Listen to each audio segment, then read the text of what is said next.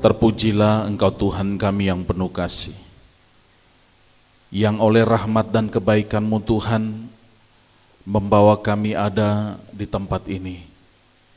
Terima kasih Bapa, bahwa kami kagum akan karya-Mu, kagum akan kasih-Mu yang tidak dapat dibandingkan dengan apapun, yang menerima kami sebagai pribadi yang istimewa, yang membuat dan mengangkat kami menjadi anak-Mu. Itulah yang membuat kami kagum akan Engkau. Dan tidak sedikit pun ada kemampuan dalam diri kami untuk membalas kebaikan Tuhan. Bapa, semua kami hadir pagi ini dilawat oleh firman-Mu. Kami rindu Tuhan, firman-Mu berbicara di hati kami. Firman-Mu menguasai kami. Firman-Mu kembali membuat kami lebih terkagum-kagum lagi ya Tuhan. Urapilah hamba-Mu yang terbatas ini, yang penuh dengan kekurangan. Layakan dan pakai untuk menjadi berkat bagi setiap saudara di tempat ini. Sejauh mana firman-Mu berbicara, biarlah itu benar-benar memberkati setiap kami yang mendengar. Terpujilah Tuhan, di dalam nama Yesus Tuhan kami berdoa, haleluya, amin. Shalom Bapak Ibu, puji Tuhan, kita bersyukur untuk waktu yang indah yang Tuhan berikan lagi hari ini bagi kita untuk mendengarkan firman Tuhan. Saya mengajak kita membuka bagian firman Tuhan dari kitab Mazmur pasal yang ke-19.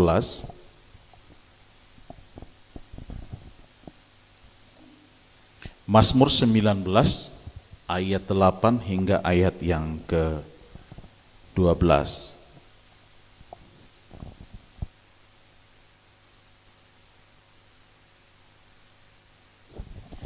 Mazmur 19 ayat 8 hingga 12, saya baca ayat 8, Bapak Ibu baca ayat yang ke-9, kita bergantian hingga ayat yang ke-12. Judulnya, Kemuliaan Tuhan dalam pekerjaan tangannya dan dalam Tauratnya. Ayat 8, Taurat Tuhan itu sempurna, menyegarkan jiwa, peraturan Tuhan itu teguh, memberikan hikmat kepada orang yang tak berpengalaman.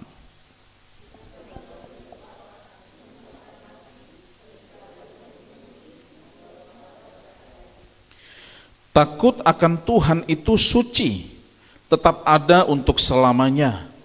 Hukum-hukum Tuhan itu benar, adil semuanya.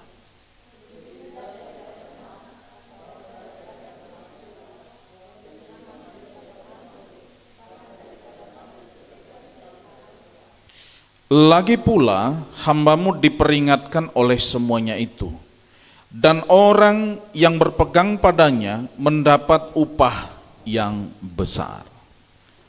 Ya, satu lagi saya baca dari Mazmur pasal 119 ayatnya yang ke-105, ayat yang sudah sangat-sangat luar biasa. Kita pasti sudah hafal. Ayat 105 bilang, Firman-Mu itu pelita bagi kakiku dan terang bagi jalanku. Bapak Ibu, sedemikian jauh bagian firman Tuhan yang kita baca hari ini. Tema yang kita renungkan bersama adalah mengikuti firman-Nya. Mengikuti firman-Nya. Ada slogan yang sering kita dengar, ya, bahwa hidup tanpa peraturan. Ada slogan bilang begini, peraturan dibuat untuk dilanggar, ya kan? Sering sekali ini dikampanyekan tanpa disadari, diucapkan di mana-mana, mengatakan bahwa peraturan itu dibuat untuk dilanggar. Saya tidak tahu apa motivasi di balik pernyataan itu, tapi secara tidak langsung, tanpa disadari, statement itu sudah mempengaruhi kehidupan mempengaruhi perilaku banyak orang. Bahwa adanya peraturan itu memang untuk dilanggar gitu.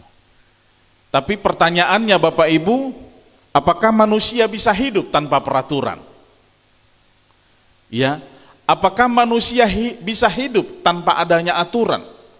Ya, walaupun sekonyong-konyong seolah-olah manusia ingin hidup bebas, ingin hidup tanpa aturan. Ya, tapi mungkinkah jika seandainya di jalan raya tidak ada lampu merah yang mengatur? Di Samosir ini saya belum pernah lihat ada lampu merah. Adapun adanya lampu kuning. Kedip-kedip terus lampu kuningnya gitu. Suruh hati-hati. Tapi kalau lampu merah itu ya traffic light gitu, apa namanya? Lampu pengatur lalu lintas itu di kota terdiri dari 3 gitu ya. Merah, kuning, hijau gitu. Semua itu ada artinya, ada tujuannya. Kalau di Samosir tidak ada saya lihat. Beberapa titik saya perhatikan, saya keliling Samosir, hanya lampu kuning 2 biji. Hidup terus, hidup. Tujuannya hati-hati. Tapi itu pun udah mendingan. Karena itu mengatur. Bisa bayangkan kalau di kota besar, ya, jika tidak ada lampu merah, tidak ada lampu pengatur lalu lintas, apa yang akan terjadi? Wah, semeraut luar biasa. Saya pernah tinggal di Batam 3 tahun. Batam itu kalau sudah jam 6:30 pagi,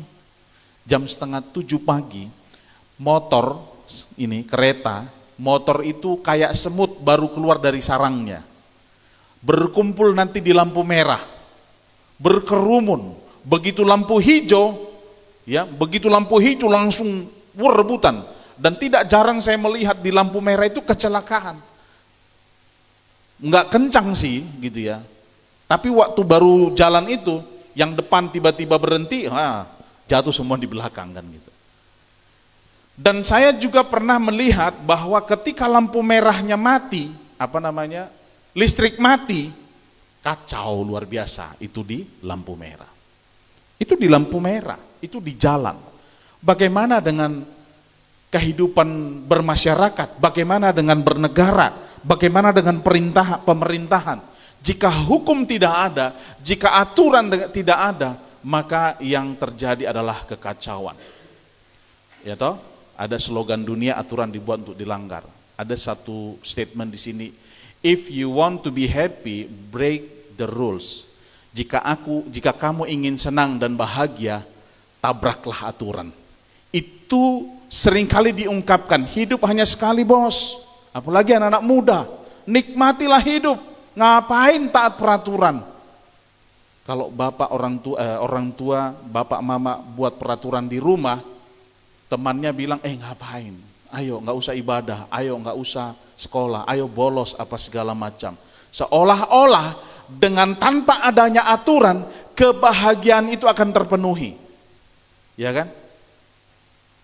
Lampu merah diterobos, harusnya masih berhenti di pinggir jalan, tapi ya lari aja dia, kan? Udah ditulis don't run, kata jangan lari, lari juga dia. Kecepatannya diatur hanya 20 km per jam, bikin dia 180, habislah, kan gitu. Dan lain sebagainya.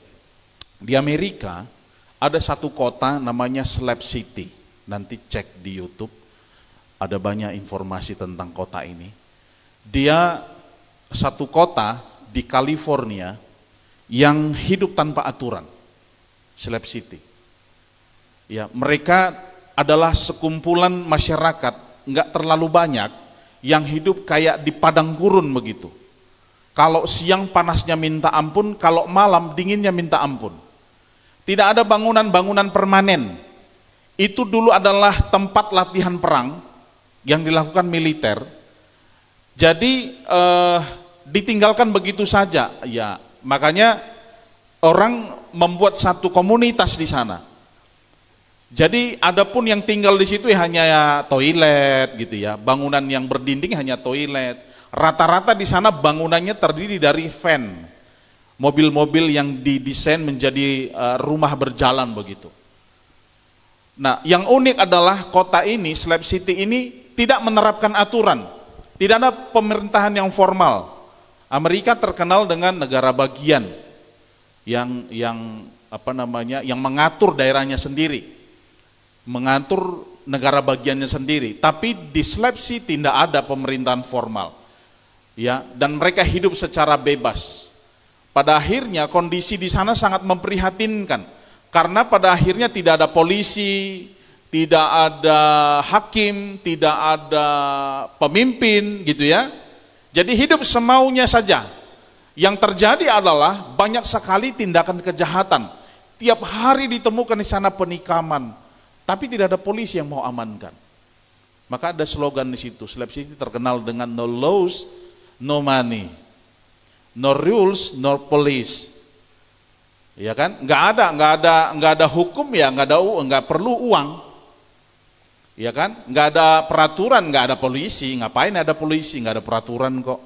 Nggak ada hukum yang mau dijunjung tinggi, yang mau ditegakkan, nggak ada. Jadi kekacauan yang terjadi. Nanti lihat di YouTube-nya banyak sekali diliput keadaan yang terjadi di sana. Memang hidup tanpa aturan, hidup tanpa hukum bukan menyenangkan, bukan membuat orang semakin bahagia, justru ada dalam kondisi yang memprihatinkan. Cuman terkadang orang kalau hidup dengan aturan merasa terkekang, kan gitu. Seolah-olah kalau ada aturan nggak senang gitu, nggak bahagia. Kan di rumah itu kan begitu, mamanya bikin aturan, ya, house rules, apa itu namanya, aturan rumah, bangun jam 5 pagi, bangunnya jam 7, datang mamanya dicubit atau diteriakin gitu, terganggu. Padahal bangun jam 5 pagi supaya lebih baik, cukup waktunya untuk beraktivitas, untuk mempersiapkan kegiatan, sarapan. Tapi karena tidak mau aturan ini ditegakkan, dijalankan, yang terjadi susah sendiri. Ya, tidak heran bahwa orang-orang yang tidak menerapkan aturan di rumah, maka mereka akan susah sendiri. Ya, maka aturan dibuat untuk mengatur kehidupan manusia agar tertib dan teratur. Dalam kehidupan di sekolah juga aturan ada. Dan aturan itu memudahkan. Ya Pak Guru, Pak Tindaun ya. Aturan dibuat itu sangat memudahkan. Bayangkan jika tidak ada aturan tertulis, apa yang akan jadi persoalan? Tentu akan susah. Jika tidak ada aturan yang disepakati, ditegakkan di sekolah, murid akan datang sesuka hatinya. Torido manon. Sedang berangkat to ani, lomoku jam sian penonau. Jam 9 pagi baru saya nanti berangkat, katanya gitu. Kenapa? Nggak ada aturan kok, katanya kan. Dan Pak Tin, kenapa nggak ngajar hari ini? Di sekolah kami suka-sukanya Pak, gitu kan. Loh iya nggak ada kepala sekolah di sekolah kami. Iyanya semua kepala sekolah kan gitu. Repot, kacau. Akhirnya akan menimbulkan masalah-masalah baru. Jadi aturan dibuat untuk mengatur kehidupan agar lebih baik, agar tertib dan teratur. Saya kira di desa kita ini jika tidak dibuat sebuah aturan, kacaulah kita. Hidup semau gue. Ya, hidup semau gue. Dan masing-masing keluarga dan rumah tangga juga punya aturan masing-masing. Dan itu menolong kita untuk menjalankan fungsi-fungsi kita dengan baik. Mololo-molomonia mataido, susah main natai. Mololo-molomonia taido tong, di bidang terkuat di dunia itu, ras terkuat di dunia katanya kan, ibu-ibu kan, ya, seolah-olah semua jadi kalau ras terkuat itu sudah menunjukkan kekuatannya kan gitu. Kan ada begitu video yang viral di sosmed. Shoot antara bapak dan ibu. Bapaknya bilang, kalau aku menang kita makan BPK hari ini, katanya. Kalau mama yang menang kita makan sushi hari ini. Shoot mereka 3 kali. 1, menang bapak itu. 2, menang ibu itu. 3, menang bapak itu. Otomatis Makan BPK. Yes, yes kata bapak itu. Tiba-tiba karena ras terkuat ngomel, ras terkuat nunjukkan kekuatannya, bapak juga ngalah. Akhirnya masuk ke restoran sushi. Dengan terpaksa si bapak makan sushi. Nah, itu kadang-kadang repot juga kan gitu. Tetapi kembali kepada bagian ini, aturan itu dibuat untuk mengatur kehidupan. Nah, kita kembali kepada bagian firman Tuhan Bapak Ibu. Taurat atau Torah itu adalah ajaran. Dari bahasa aslinya ini bicara hukum, bicara ajaran yang berisi instruksi atau perintah atau panduan kehidupan umat manusia atau orang percaya umat Tuhan pada masa itu. Ya. Taurat diberikan oleh Tuhan kepada Musa untuk mengatur kehidupan orang percaya, mengatur kehidupan umat Tuhan pada zaman perjanjian lama. Ya, di zaman perjanjian lama itu ada 5 kitab Taurat gitu ya. Kejadian, Keluaran, Imamat, Bilangan, Ulangan. Itu kitab Pentateuch gitu ya namanya dulu. Tapi kita nggak terlalu jauh ke sana. Tapi kata Taurat itu berarti membimbing dan mengajar. Oleh karena itu arti kata tersebut adalah ajaran atau doktrin atau instruksi. Orang-orang Yahudi pada zaman dahulu menerjemahkannya menggunakan kata nomos yang berarti norma, yang berarti standar, doktrin, dan kemudian itu menjadi hukum yang harus ditegakkan dalam kehidupan umat manusia. Dalam konteks penerjemahan lainnya, dalam bahasa Inggris, ini akan mencakup sebagai sebuah kebiasaan, sebagai teori dalam kehidupan, juga bimbingan, bahkan sistem yang diterapkan. Gitu ya, itulah Taurat, itulah ajaran. Maka ajaran itu pada akhirnya menjadi sebuah sistem yang akan mengatur perjalanan hidup manusia. Nah, tetapi ketika kita masuk kepada Mazmur pasal ke-19 ini Bapak Ibu, ada hal yang sangat menarik yang membuat Daud itu mengungkapkan perasaan hatinya, isi hatinya terhadap firman Tuhan. Kalau kita baca teks ini dengan sangat seksama, kita akan menemukan arti dari sebuah perenungan akan firman Tuhan. Saya tidak tahu Bapak Ibu Saudara baca firman, dengar firman, renungan secara pribadi, bagaimana perasaan Bapak Ibu Saudara dengan firman Tuhan. Saya tidak tahu bagaimana Bapak Ibu Saudara ketika dengar khotbah, ketika dengar atau membaca buku renungan, membaca Alkitab, bagaimana perasaan Bapak Ibu Saudara terhadap teks itu. Tapi kalau kita baca teks hari ini adalah satu ungkapan isi hati yang terdalam seorang Daud terhadap firman Tuhan, terhadap hukum Taurat. Ya, terhadap Tauratnya Tuhan, terhadap pengajarannya Tuhan.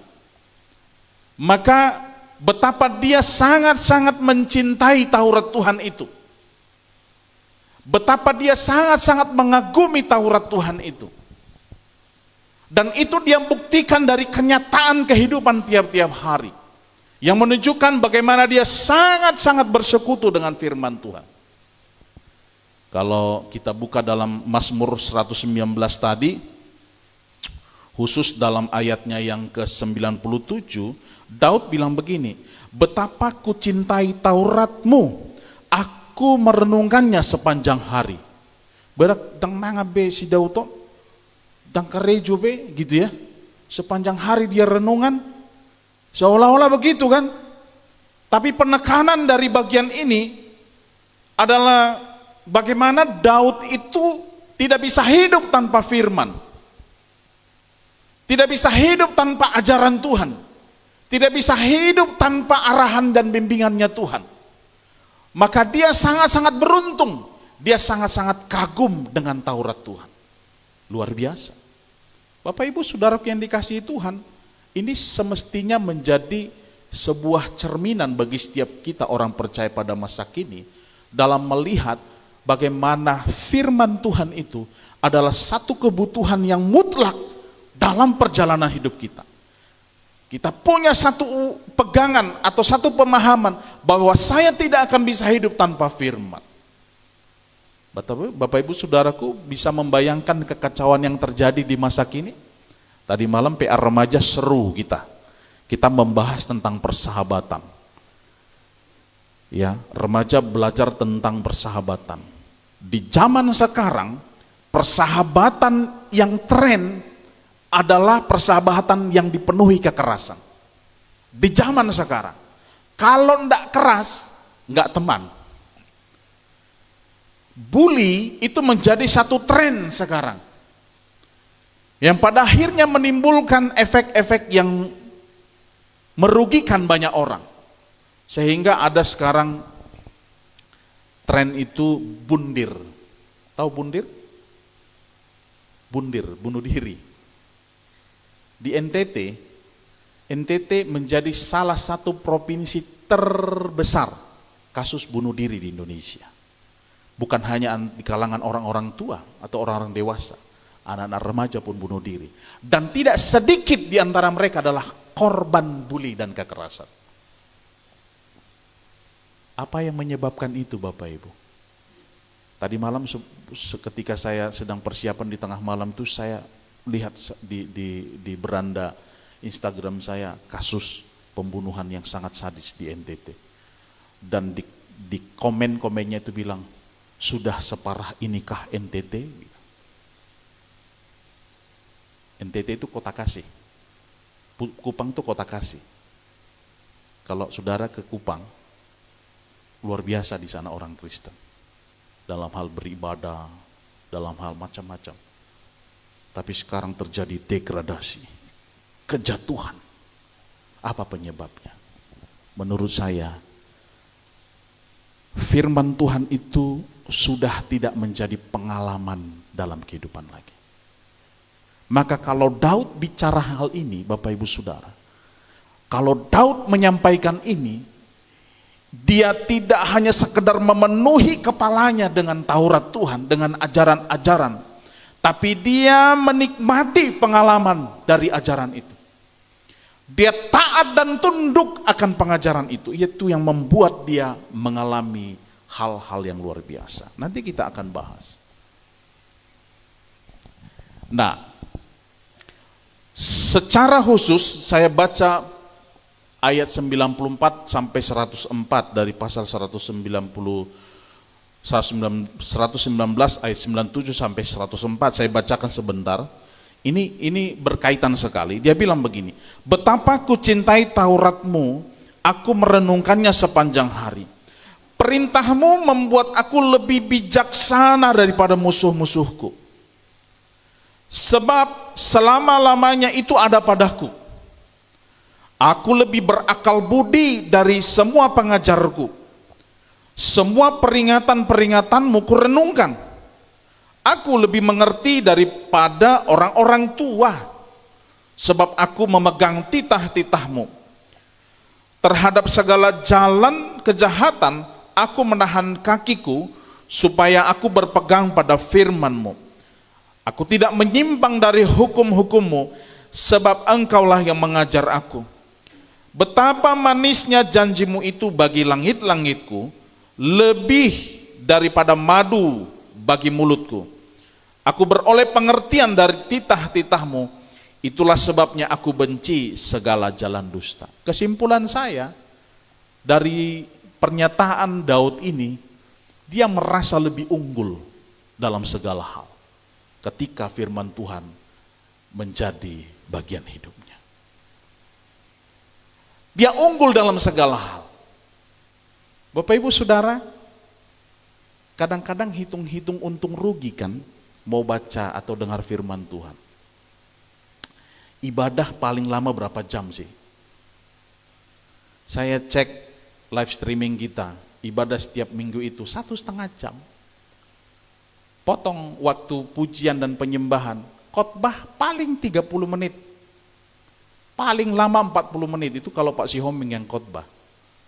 Agak lama-lama itu. Tapi apakah bagian firman Tuhan kita nikmati atau tidak? Apakah justru kita hanya lebih suka kepada hal-hal yang menyenangkan telinga kita dan hati kita? Dan kita singkirkan hal-hal yang menusuk hati kita sebagai pedang yang memisahkan kejahatan dengan hal yang berkenan kepada Tuhan. Tapi Daud menikmati semua itu. Itu yang membuat dia unggul dalam segala. Bapak Ibu Saudara, saya mau ajak kita lebih dalam. Mengapa kita harus mengikuti firman Tuhan? Kan begitu temanya. Mengapa kita penting sekali harus ikuti firman Tuhan? Ya.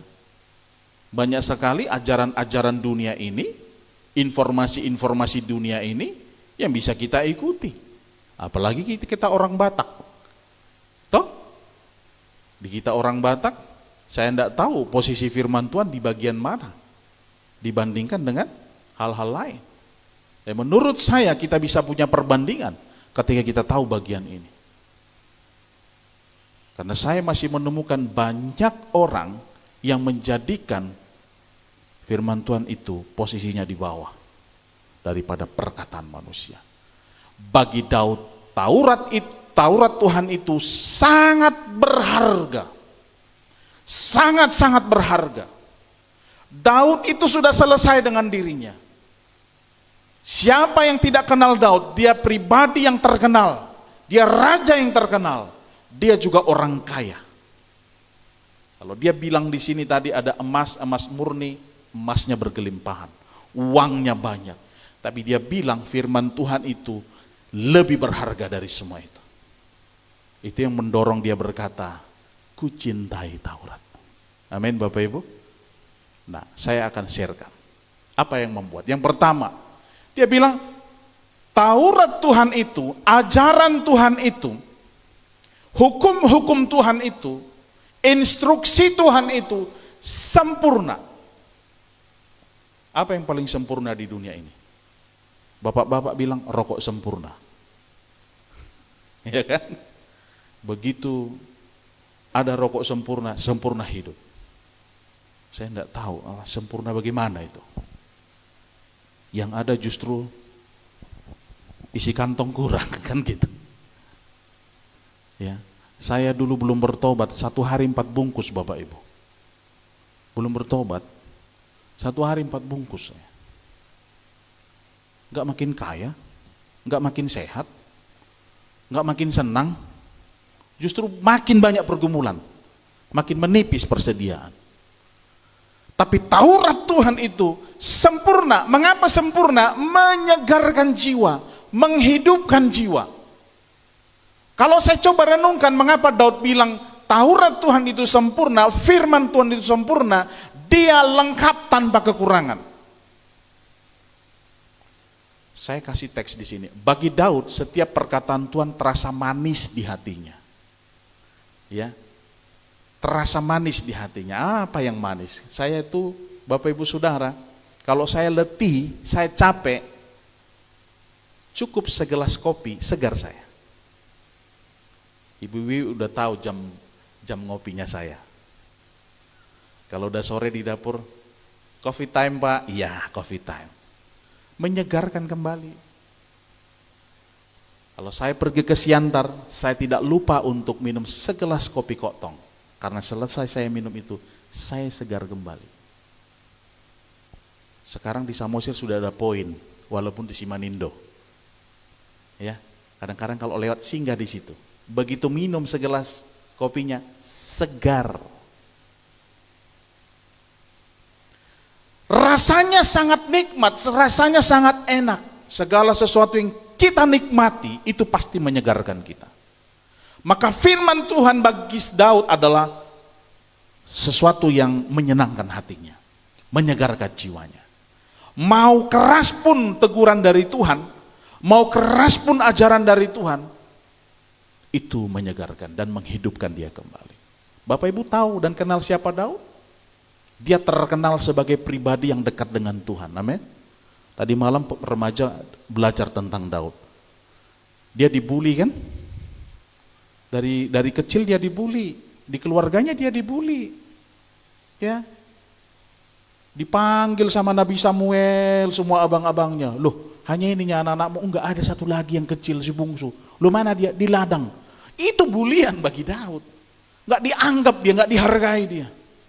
Tapi satu hal yang unik dari Daud, walaupun dia dibuat seperti itu, dia terkenal sebagai anak yang dekat dengan Tuhan. Lagi mermahan dia di Balian atau di mana itu, dia selalu punya hubungan yang connect dengan Tuhan. Dia nyanyi terus, dia renungkan Taurat-Taurat Tuhan. Kita kenal Daud sebagai pribadi yang pernah gagal, jatuh dalam kedagingannya. Tapi dia mau diajar oleh Tuhan. Dia mengalami hukuman dari Tuhan. Dia terima itu. Karena bagi dia itu menghidupkan dia kembali. Bapak Ibu Saudara, kalau kita mengatakan Taurat Tuhan itu sempurna dan mampu menghidupkan kita, sekeras apapun firman Tuhan menegur kita, tujuannya menghidupkan kita. Saya tidak tahu, tapi ya saya tidak berharap saya masuk rumah sakit. Tapi saya belum pernah masuk rumah sakit, kecuali ngantar orang sakit. Dan hampir saya pastikan, orang yang sakit masuk rumah sakit jarang minum obat yang manis, kecuali anak-anak. Sirup ya, itu hanya cara supaya obat bisa masuk. Tapi rata-rata obat pahit, tidak enak. Tapi tujuannya menyehatkan. Menyehatkan. Kadang-kadang teguran firman Tuhan itu merusak, meruntuhkan hati kita. Nasihat itu ketika pertama-tama sekali disampaikan, itu mendukakan hati. Itu firman Tuhan bilang begitu. Tapi setelah itu menghidupkan jiwa kita. Itu yang dibilang oleh Daud di sini. Taurat Tuhan itu sempurna, Bapak Ibu. Sempurna, nggak ada kekurangan. Tidak ada cacat celah, lengkap untuk seluruh hidup kita. Maka rajin-rajinlah baca firman. Senanglah dengar firman. Amin. Nang piagak maul, aku Pak Pendeta kalau sudah khotbah ngajar gitu, kayak di kelas, nggak apa-apa ya. Karena saya pun belajar. Iya. Saya pun berjuang untuk belajar karena mau berikan makanan sehat bagi Bapak Ibu Saudara. Jadi itu yang pertama. Maka tidak bosan-bosannya ia ingin mendengar perkataan Tuhan yang menjadikannya penghiburan dan kekuatan yang menyegarkan jiwanya, yaitu firman Tuhan. Tiap-tiap hari bacalah firman. Hari ini Tuhan, Engkau mau bicara apa buat saya? Hari ini Tuhan, aku sedang bermasalah, berat pergumulanku, susah hatiku Tuhan. Dengar dan baca firman. Hari ini Tuhan bicara apa buat kita. Itu pasti mampu menyegarkan kita. Yang kedua, ini ada satu statement. Ruby Wax, seorang pakar neuroscience, menuliskan bahwa meditasi dapat membantu seseorang untuk tenang. Meditasi itu berdiam diri gitu ya. Ada banyak metode-metode. Tapi yang saya mau sampaikan sih secara rohani. Bahwa perenungan secara pribadi, menghadap hadirat Tuhan, menikmati hadirat Tuhan adalah saat dimana kita akan mendengarkan, menikmati, mengalami aliran-aliran kasih Tuhan dalam hidup kita. Harta kekayaan, jabatan, dan fasilitas duniawi tidak bisa menjamin ketenangan dan kebahagiaan, melainkan firman. Terlalu banyak orang yang punya harta banyak, nggak tenang dalam hidupnya. Terlalu banyak. Saking banyaknya nggak bisa tidur. Kan gitu. Takut diambil orang di sana, takut bagaimana, takut begini, takut begitu. Dijaga-jaga. Betul kata firman. Di mana hartamu berada, di situ hatimu berada. Tapi Mazmur 62 ayat 2 bilang, hanya dekat Allah saja aku tenang. Hanya dekat Allah saja aku tenang. Jadi berdiam diri, cari wajah Tuhan, nikmati hadirat Tuhan, itu akan membuat kita kuat senantiasa. Yang kedua, di dalam bagian ini bilang, peraturan Tuhan itu teguh, memberikan hikmat kepada orang tak berpengalaman. Taurat Tuhan, pengajaran Tuhan, instruksi Tuhan itu dapat dipercaya. Mengapa? Dia menjadikan kita bijaksana. Kalau saya katakan tadi unggul dalam hal ini, orang tak berpengalaman, Orang yang kurang pengalaman dalam kebalikan dari bijaksana itu identik dengan kebodohan. Tapi saya menemukan Bapak Ibu Saudara, saya punya teman seangkatan ketika di kampus dulu, datang dari keluarga, dari kampungnya adalah orang yang benar-benar pas-pasan. Tidak masuk kategori orang yang punya akademik baik. Tapi ketika dia punya hubungan yang baik dengan Tuhan, dia berendam terus dengan Tuhan. Dia mempersilahkan dirinya dikuasai oleh firman. Dia berjalan dalam tuntunan firman. Dia pada akhirnya menjadi seorang yang luar biasa hikmatnya. Asli itu, saya nggak bohong. Datang dari Papua sana, dari pedalaman. Dan per hari ini saya melihat keluarganya luar biasa. Per hari ini, dia masih jauh di bawah saya umurnya. Tapi hari ini anaknya menjadi salah satu, seorang putrinya menjadi putri remaja Indonesia. Nasional loh.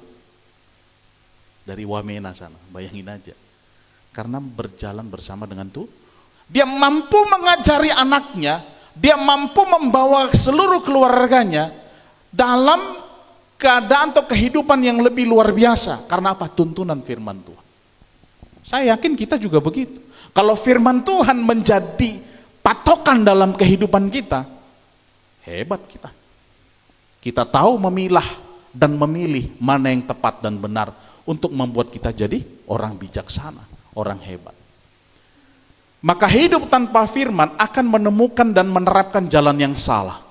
Tetapi bergaul karib dengan Tuhan, dengan firman-Nya akan membuat seseorang berhasil. Itu yang ditegaskan oleh Tuhan kepada siapa? Pengganti Musa siapa? Yosua. Jelas kan? Peganglah Taurat itu, jangan menyimpang ke kiri dan ke kanan, supaya engkau berhasil dan beruntung. Ya, sebab firman Tuhan dapat dipercaya membuat orang berhasil baik, ya, berhasil baik. Ayat 13, siapakah yang dapat mengetahui kesesatan?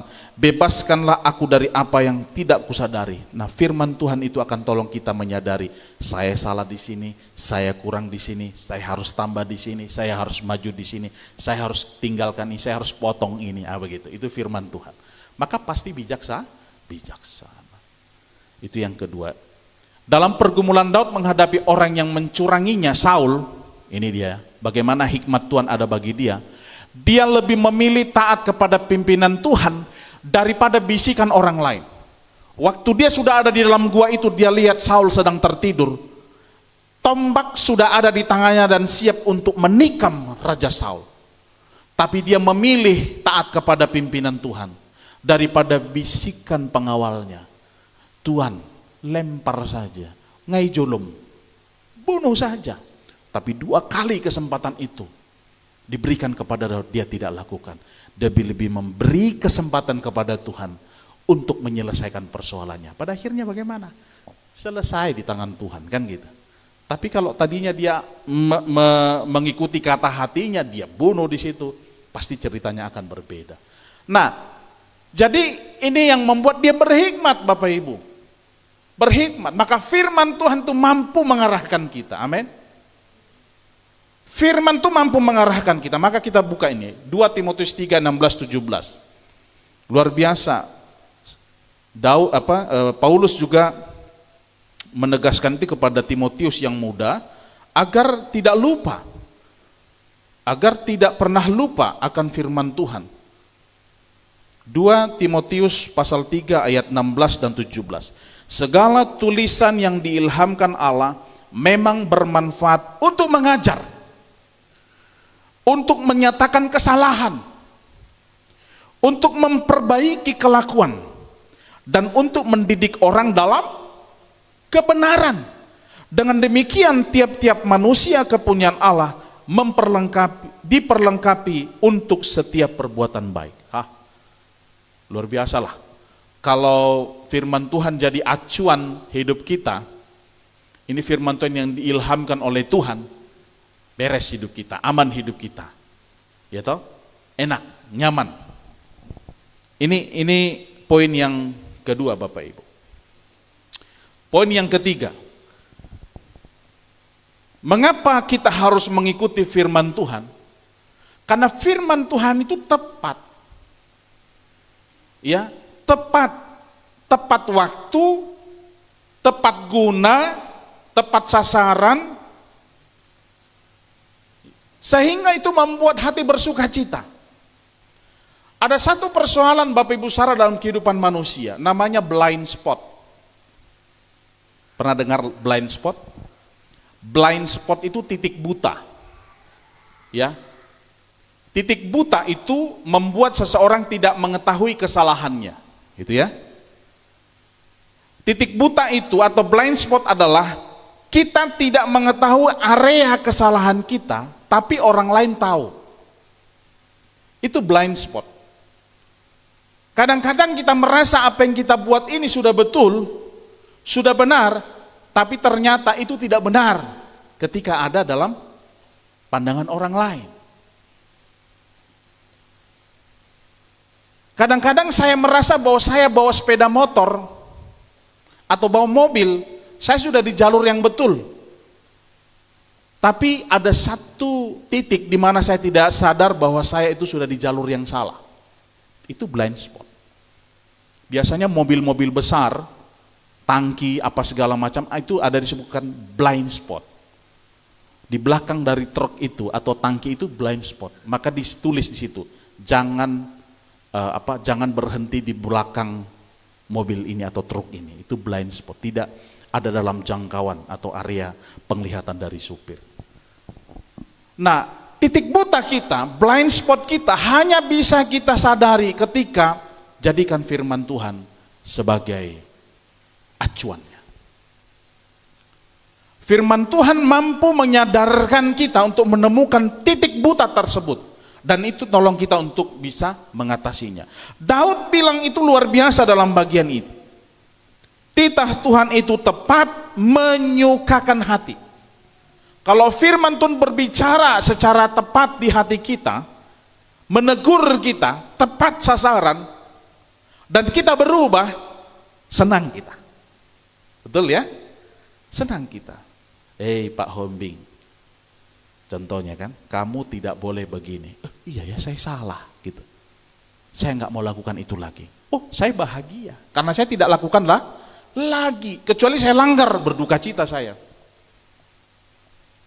Maka Daud luar biasa dalam bagian ini mengingatkan kita Bapak Ibu Saudara, pengalaman-pengalaman Daud yang luar biasa ini membuat dia luar biasa senang dalam hidupnya.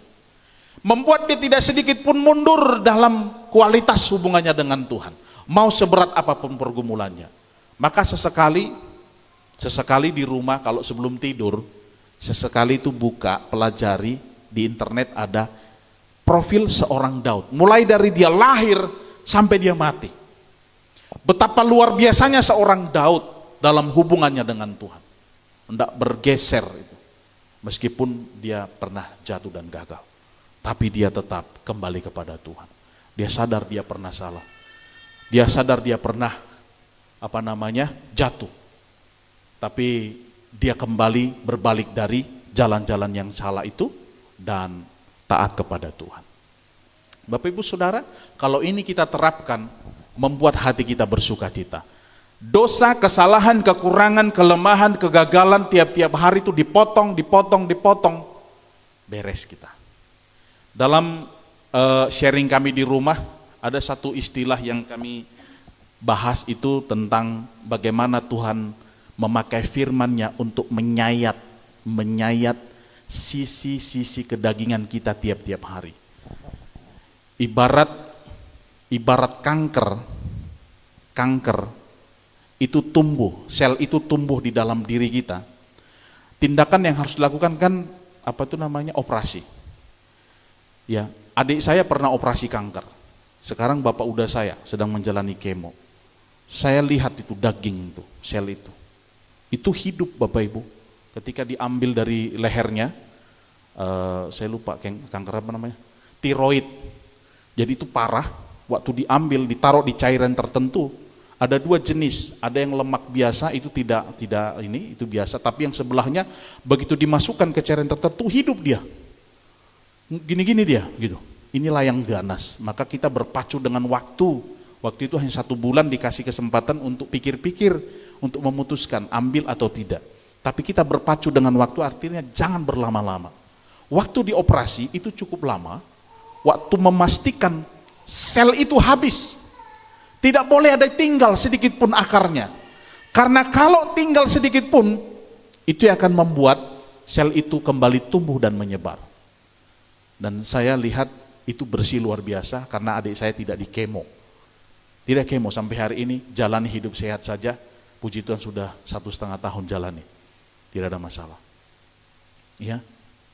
Dan Daud tidak mau membiarkan sel-sel dosa itu melekat dalam dirinya, membuat dia gagal dan jatuh terus. Maka dia mau berjalan sesuai dengan ajaran dan pimpinan Tuhan. Karena kalau tidak dibereskan dengan firman, sel itu hidup terus. Keinginan dosa itu bertumbuh terus. Maka kalau hari ini, maka kalau detik ini firman Tuhan ingatkan kita, hiduplah dalam jalan Tuhan, lakukan itu. Maka itu membuat kita bersuka cita dan beruntung.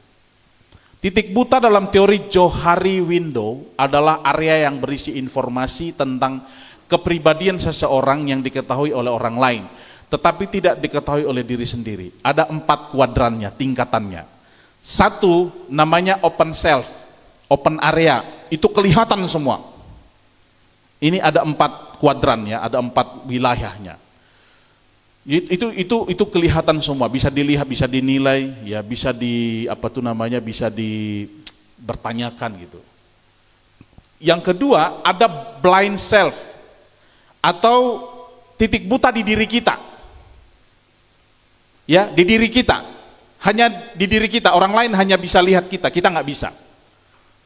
Yang ketiga namanya hidden self. Tersembunyi, diri kita tersembunyi, tertutup. Ya. Udah diingatkan, udah coba dikasih tahu, tapi tertutup, nggak bisa diubah. Udah, aku memang itulah aku, gitu ya. Yang terakhir unknown self. Itu tidak kenal dirinya, tidak tahu siapa dirinya. Itu bahaya. Jadi betapa luar biasanya firman Tuhan itu mampu menolong setiap orang yang membacanya, merenungkannya akan menyadari siapa dirinya dan bagaimana dia harus bersikap. Matius 4 ayat 4 bilang begini.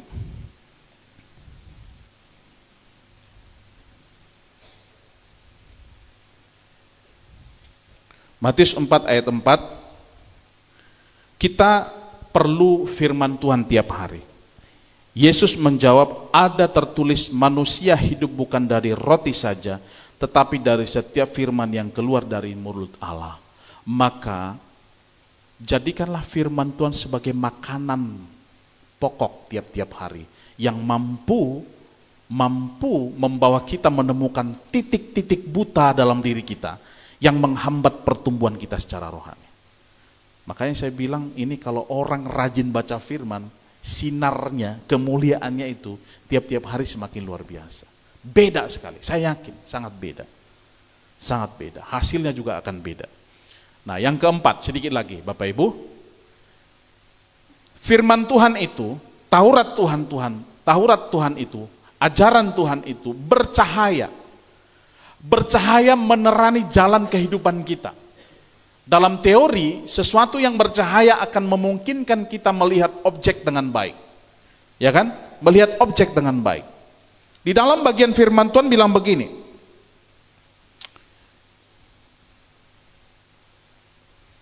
Perintah Tuhan ayat 9b, perintah Tuhan itu murni membuat mata bercahaya. Ya, kata-kata yang murni dari Tuhan itu menerangi mata rohani kita, menerangi mata kehidupan kita. Kata-kata itu akan membawa keceriaan, penghiburan, pengetahuan dan keyakinan yang dibawa oleh cahaya di tengah kegelapan. Saya yakin percaya kalau kita berjalan dalam kegelapan, kita menemukan banyak kesulitan. hode kan, molotong abornya tiba-tiba mitok lapu, akan jadi persoalan. Bisa-bisa kita terantuk, bisa-bisa kita jatuh, bisa-bisa macam-macam. Tapi ketika ada terang, apalagi terangnya sangat terang, wah itu akan menolong kita untuk maksimal. Di ruangan ini pun kalau cahaya ini dikurangi akan ada masalah. Saya nggak bisa lihat wajah saudara lagi senyum, lagi apa, lagi bagaimana. Tapi karena ada cahaya dari sini saya bisa tahu, oh bedaknya si Ani cantik, oh pakaian mereka cemerlang, oh begini. Itu karena ada cahaya. Maka cahaya itu diperlukan untuk bisa melihat kehidupan, menerangi jalan kehidupan. Maka Mazmur 119 ayat 105 bilang apa tadi? Firman-Mu pelita bagi kakiku dan terang bagi jalanku. Luar biasa Bapak Ibu. Satu kesadaran yang sangat tinggi dari seorang Daud yang tidak akan bisa hidup tanpa firman. Maka kita juga tidak bisa hidup tanpa firman. Amin. Nggak bisa. Senangilah firman. Saya kagum ketika pelayanan di lapas. Ada satu orang yang sudah diubah oleh Tuhan. Dia minta saya doakan. Pak, dia bilang, sebelum saya didoakan, tolong Pak, cek dulu ayat ini. Dia bilang, dalam hati saya. Maksudnya, iya, saya nggak ngerti ayat ini. Dia kasih saya 2 ayat, tolong Pak artikan. Oke, saya akan pelajari, 2 minggu lagi kita ketemu, saya akan jelaskan. Sebegitunya dia mau tahu arti firman Tuhan. Dia bilang, Pak, selama saya di lapas, saya sudah 7 kali membaca Alkitab selesai. 2 minggu lalu saya pelayanan di MP Siantar, seorang ibu, kami lagi sharing-sharing, dia bilang, Pak, saya sudah 27 kali selesai baca Alkitab. 27 kali. Kita sudah berapa kali? Udah lebih lah ya. Kiranya mendorong setiap kita apa? Semakin bersinar. Karena menerangi jalan hidup kita. Senangilah firman Tuhan. Senangilah. Karena itu membuat kita bercahaya. Yang kelima, dia permanen. Ya, dia permanen. Ya, tetap ada untuk selama-lamanya. Hukum-hukum Tuhan itu benar, adil semuanya. Saya belajar Bapak Ibu Saudara bahwa banyak hukum di dunia ini yang berubah-ubah sewaktu-waktu.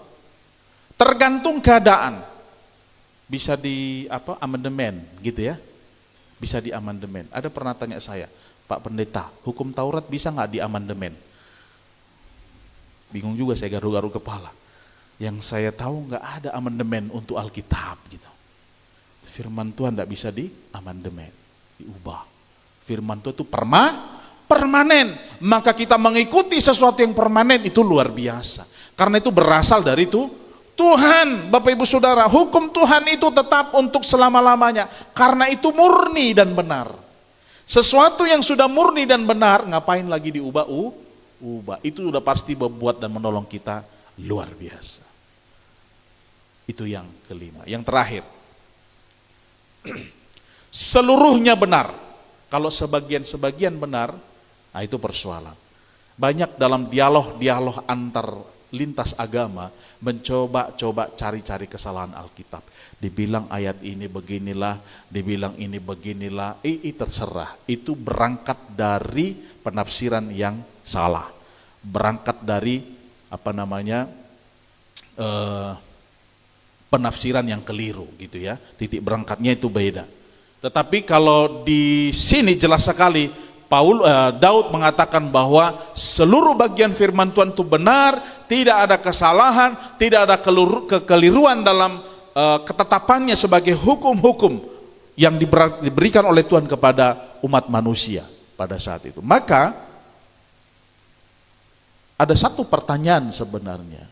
Sebegitu murninya, sebegitu luar biasanya Taurat diberikan oleh Tuhan kepada umatnya, umat Tuhan bangsa Israel masih banyak yang menentangnya, masih banyak yang tidak mau mengikuti arahannya. Apa yang terjadi? Mereka menerima akibatnya. Tidak demikian dengan kita Bapak Ibu Saudara. Kita mau firman Tuhan itu sebagai instruksi, peringatan yang membawa memberikan kekayaan dan kesenangan dan memberikan manfaat bagi kita. Yang pertama, peraturan dan peringatan akan diperlukan untuk membuat kita berhati-hati terhadap dosa yang rentan dilakukan. Ya, rentan untuk dilakukan. Ada banyak dosa-dosa yang mengintip kita. Firman Tuhan itu, peringatan Tuhan itu diperlukan supaya kita terhindar dari semua itu. Yang kedua, peraturan dan peringatan diperlukan untuk bahaya yang tidak dapat kita lihat. Sesuatu yang ada di balik layar. Kan iblis itu ngintip dari kejauhan, kan gitu. Nah, firman Tuhan tolong kita, antisipasi kita supaya kita tidak lakukan. Peraturan dan peringatan diperlukan untuk bahaya yang tidak dapat kita hargai. Kadang-kadang kita senang saja lakukan gitu ya. Urakan, tawuran, balap-balap liar, anak-anak sekarang kan gitu. Nonton-nonton yang gak benar. Bapak Ibu Saudara, saya harus kasih tahu bahaya yang mengancam generasi yang akan datang. Namanya brain rot. Sekali-sekali dibaca ya. Brain rot itu adalah pembekuan otak. Atau lebih sederhana, membuat otak berkarat. Enggak berkarat seperti ini secara visual, enggak maksudnya, tapi membeku. Kenapa? Terbiasa menonton meme, video-video pendek yang ada di TikTok, di Instagram, di Facebook, itu pendek-pendek gitu. Ya, sehingga otak tidak terbiasa dalam hal penyelesaian. Saya sudah buat apa itu namanya, beberapa kali buat analisanya. Anak-anak zaman sekarang luar biasa terjadi kemunduran. 2 kali 2 pun udah susah, 10 kali 10 susah, 6 kali 6 susah. Ditanya ibu kota Jawa Timur, dibilangnya Solo. Ibu kota Sumatera Utara katanya Baligi, kan gitu kan. Kenapa? Brain rot, terjadi pembekuan otak. Ya, itu bahaya-bahaya yang tidak diantisipasi. Tapi kalau setiap baca firman, otak segar, pikiran segar, jiwa segar, maka senang belajar. Amin. Senang belajar. Maka sebelum belajar baca firman. Kalau kita di kampus dulu, sebelum belajar baca dulu, renungan dulu 10 menit, 15 menit. Otak kita segar. Otak kita segar. Peraturan dan peringatan diperlukan untuk bahaya yang masih jauh di depan, di masa depan. Maka orang yang berjalan dalam tuntunan firman Tuhan, dia terjaga dari semuanya itu. Dia akan dibawa Tuhan kepada tujuan yang baik dan benar. Gitu ya. Nah, Tuhan menyediakan upah bagi setiap orang setia yang berpegang pada firman Tuhan. Mazmur 119 ayat 105 kita baca bersama-sama, 2-3 ya. Firman-Mu pelita bagi kakiku dan terang bagi jalanku. Amin. Mari kita berdoa.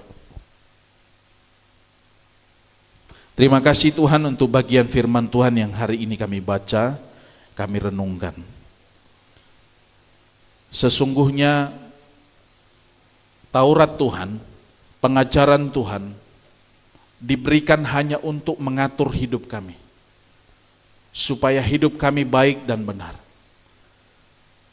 Jika dunia beranggapan bahwa hidup tanpa aturan adalah bahagia, sejujurnya adalah membawa kepada kekacauan dan kerugian. Jika dunia mengajarkan supaya kami hidup sesuka hati, itu sebenarnya akan membawa kami kepada kerugian yang tidak terhindarkan. Maka pengalaman dari Daud ini luar biasa, yang mampu tolong kami untuk menerima, menikmati segala sesuatu yang Tuhan janjikan, yaitu keberhasilan, keberuntungan, bahkan hidup yang luar biasa. Maka biarlah semua kami Tuhan bersemangat, kami mencintai firman-Mu, kami haus akan firman-Mu senantiasa, kami menjadikan firman-Mu kebutuhan kami yang pokok. Kami menjadikan firman-Mu kesukaan kami, kesenangan kami, sebagaimana Daud melakukan. Tolong Tuhan supaya kami terus bersemangat melakukan ini. Terima kasih untuk kesempatan dengarkan firman Tuhan pagi ini. Kami kembalikan pujian syukur hanya bagi Tuhan. Di dalam nama Yesus kami berdoa. Amin.